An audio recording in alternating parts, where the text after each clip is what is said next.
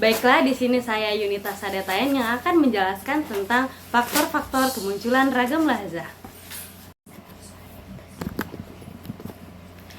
Dalam kegiatan berkomunikasi, baik secara individu maupun sosial, tidak akan lepas dari kuasa bahasa. Nah, bahasa sebagai pemenang peran utama dalam proses tersebut selalu memunculkan fenomena-fenomena yang menarik untuk dikaji dan dikembangkan. Di antara fenomena kebahasaan tersebut adalah munculnya dialek dalam bahasa. Dialek bahasa telah memberikan gambaran yang jelas akan hubungan bahasa dengan berbagai disiplin ilmu yang lain seperti sosiologi, sejarah, linguistik, komparatif, dan lain sebagainya. Kajian dialek ini merupakan upaya menentukan langkah dan strategi yang lebih baik dalam berkomunikasi. Istilah dialek dalam bahasa Arab disebut dengan lahjah, dan menyebutnya dalam bahasa Arab sebagai bahasa yang banyak digunakan oleh sebagian besar penduduk di kawasan Timur Tengah dan Afrika Utara. Merupakan bahasa yang memiliki sejarah yang panjang. Bahasa yang merupakan rumpun dari bahasa Semitik yang muncul dari daerah Jazirah Arab yang sekarang merupakan wilayah Arab Saudi dan termasuk dalam salah satu bahasa terbesar dari segi jumlah penuturnya. Bahasa ini adalah bahasa yang memiliki kedekatan dengan bahasa Ibrani dan Aram. Ia mengalami yang sangat signifikan pada masa Islam berkuasa dan menguasai berbagai negara Timur Tengah, sehingga bahasa Arab memegang peran yang sentral pada pembentukan kosakata baru dalam berbagai bahasa seperti bahasa Barbar, Kurdi, Parsi, Sahwil, bahkan sampai pada daerah non-Arab telah membuat sebuah tabiat berbahasa yang berbeda-beda dengan bahasa Arab yang asli, yaitu dengan menggunakan lahjah Quraisy. Sebuah kebiasaan berbahasa yang menimbulkan keracunan dalam mengungkapkan bahasa Arab dalam komunikasi sehari-hari. Nah, hal tersebut banyak disebabkan oleh adanya perbedaan letak geografis dari setiap suku dalam wilayah Islam. Di samping faktor-faktor lain, proses pencampuran antara bahasa sangat mungkin terjadi pada wilayah yang berpindah-pindah. Nah, hal itu juga disebabkan karena dalam wilayah ini bangsa Arab asli dengan non-Arab sering terjadi kontak batik, kontak sosial, ekonomi, dan lain sebagainya. Nah, meskipun faktor ketersabaran bahasa ini tidak secara langsung mempengaruhi perceraiberaian suatu bahasa menjadi berbagai macam dialek, tetapi faktor ini memberikan celah untuk timbulnya berbagai macam faktor lain yang mengantarkan akibat ini. Selain faktor mendasar ini, terdapat faktor-faktor lain yang begitu berpengaruh. Di antaranya yaitu faktor yang pertama, yaitu tentang politik.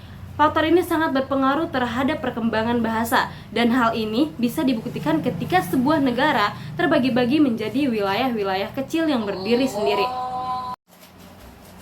Nah, kemudian pupusnya kesatuan politik ini berimbas pada hilangnya kesatuan pola pikir dan bahasa yang sama, sehingga menimbulkan dialek-dialek yang berbeda. Demikian juga halnya ketika negara menetapkan untuk memilih sebuah bahasa untuk dijadikan sebagai bahasa resmi yang akan dipergunakan dalam bidang-bidang seperti kebudayaan, ilmu, dan sastra. Nah, bahasa resmi. Nah, dan untuk faktor yang kedua, yaitu ada tentang faktor sosial. Faktor sosial pun tidak kalah perannya dari faktor politik dalam menimbulkan dialek-dialek. Nah, orang-orang yang tinggal dalam satu masyarakat bisa berbeda-beda dalam status, pendidikan, pekerjaan. Perbedaan-perbedaan ini mengotak-ngotakan mereka dalam satu level yang berbeda dengan level lainnya. Dan level-level mereka ini berpengaruh pada mereka yang digunakan. Misalnya, ditemukan perbedaan-perbedaan setara seperti setara aristokrat, pekerja, pengusaha, pedagang, dan ilmuwan. Perbedaan strata ini mengakibatkan perbedaan ungkapan-ungkapan bahasa yang mereka mempergunakan dalam keseharian mereka.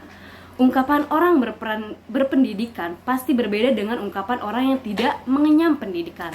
Nah, bahasa di lingkungan pekerjaan berlainan dengan bahasa yang dipergunakan dalam lingkungan keluarga. Kemudian yang ketiga ada faktor geografis. Nah, faktor geografis pun di sini berpengaruh dalam menimbulkan dialek-dialek, seperti contoh adalah situasi desa yang berbeda-beda dengan situasi kota. Nah, desa yang mobilitas masyarakatnya sedikit terisolasi dan sedikit bergaul dengan masyarakat lain.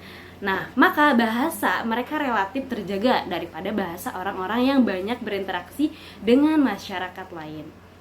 Sehingga bahasa orang-orang kota terhindarkan dari perubahan-perubahan karena interaksi pengaruh yang tersebut. Nah, kemudian yang keempat ada faktor kebudayaan faktor. Nah, kebudayaan faktor ini tak kalah penting juga dalam menimbulkan dialek. Tak pelak lagi bahwa ilmu kebudayaan memiliki pengaruh yang besar dalam pembentukan akal dan jiwa. Pembentukan ini akan berpengaruh juga dalam bahasa yang dipergunakan oleh manusia. Kemudian ada aspek perbedaan dalam dialek bahasa Arab. Adapun perbedaan yang ditimbulkan oleh dialek dalam bahasa Arab hanyalah berkisar pada antara fonem dan makna. Nah, dari fonem, perbedaannya terdiri dari huruf dan harokatnya. Inilah yang disebut dengan al-ibdal. Sedangkan dari segi makna tidak terlepas dari 3 macam kosakata bahasa Arab, yaitu mushtarok, al-tadad, dan al-mutarodid. Suwaidi dalam hasil penelitiannya menyebutkan bahwa ada beberapa aspek perbedaan yang ditimbulkan dalam dialek bahasa Arab, yaitu suara, makna, kata dan kaidah tata bahasa, morfologis dan sintaksis. Yang pertama ada dari aspek suara, yaitu bentuk pengujaran kata. Dari aspek ini terlihat adanya perbedaan dialek di mana satu dialek mengujarkan sebuah kata-kata berbeda dengan dialek lainnya. Sebagai contoh adalah fonemena bacaan imalah, yaitu mencondongkan bacaan harokat fathah ke kasroh seperti bacaan ad-duha, saja, qola, da'a. Walaupun ada dialek lain yang membacanya ya dengan tidak diimalahkan, demikian juga dengan pergantian huruf hamzah dengan ha dalam dialek ta'i seperti alannaka menjadi lihannaka, pergantian mim menjadi ba dan ba menjadi mim dalam bahasa mazin, seperti ismuka ma menjadi bismika atau bakrun menjadi makrun. Perbedaan pengucapan ini terlihat juga dalam dialek-dialek Mesir yang merubah suara qaf menjadi alif, seperti yakulu menjadi yaulu. Nah, kemudian yang kedua ada dari aspek suara pada aspek makna, seperti yang terlihat dalam kata-kata sinonim atau antonim. Sebagai contoh perbedaan dialek dari segi makna, ini terlihat dalam sebuah riwayat yang menunjukkan bahwa Abu Hurairah tidak memahami kata asikir yang diucapkan oleh Rasulullah.